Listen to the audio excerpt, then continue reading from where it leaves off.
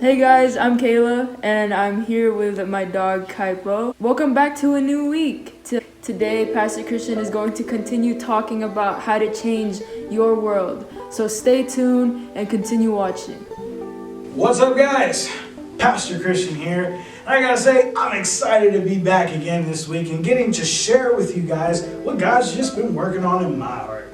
So this week, we're going to continue a conversation that we started last week.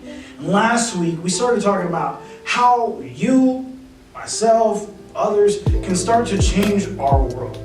And we looked at how God did this from the very beginning of the Bible.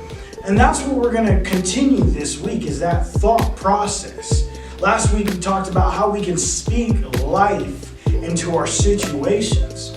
This week, we're going to look at how we can separate our lives from the darkness. We can see how God does this in Genesis 1, 3 through 4. God said, "Let there be light," and then there was light. And God saw that the light was good. And God separated the light from the darkness. You see, what we see here is that when the earth was formed, right when it was created, it was dark, it was barren, it was empty, it was formless, right? So God's on this journey. He's starting to formulate the earth, make things happen, make the earth look like what we see today. And one of the first things he does is he says, "Let there be light." And when he sees the light, he immediately sees that the light was good. And that's what he says about the light right there, is that it was good. And that's how we should look at ourselves. We are the light in our situations, and we are called good. But what happens here, what we have to do here is act like God in a sense. We can't be God, but we can follow his methods, and he tells us, he shows us rather, how we can change our world, how we can separate our life from the darkness. I don't know about you guys, but I've held on to things so many times that I shouldn't have held on to before.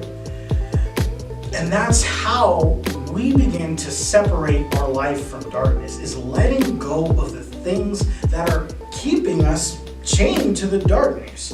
We have to let go of the friends, of the acquaintances, of the people who are in our lives who are keeping us attached to the darkness. When I was a teenager, just like you guys, I had so many friends and people around me who loved to see me in darkness, but hated to see me in light. The second I started moving towards the light, these so-called friends started pushing me closer and closer to the darkness and saying that I had no business being in the light because of who I was and the things that I had done. But I want to tell you guys this, that is a lie from the enemy. That is simply someone trying to hold you down and keep you trapped in the darkness. God has shown us that we can separate our lives from the darkness, but you and I, we have to make that choice every single day to separate our lives from the things that are keeping us in sin, that are keeping us in darkness. We have to choose to do this, and this isn't an easy choice. This is a willful, conscious choice that we have to make every single day to choose the light. And when we do this, God says that the light is good.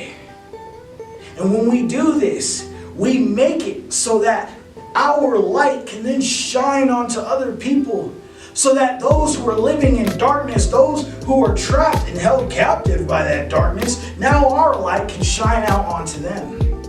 But we can't do that if we're trapped in our own sinkhole of darkness. So I encourage you today, this week, every week, to separate your life from the darkness. I don't know what's in your life. You may have a bunch of things in your life that you gotta let go of right now.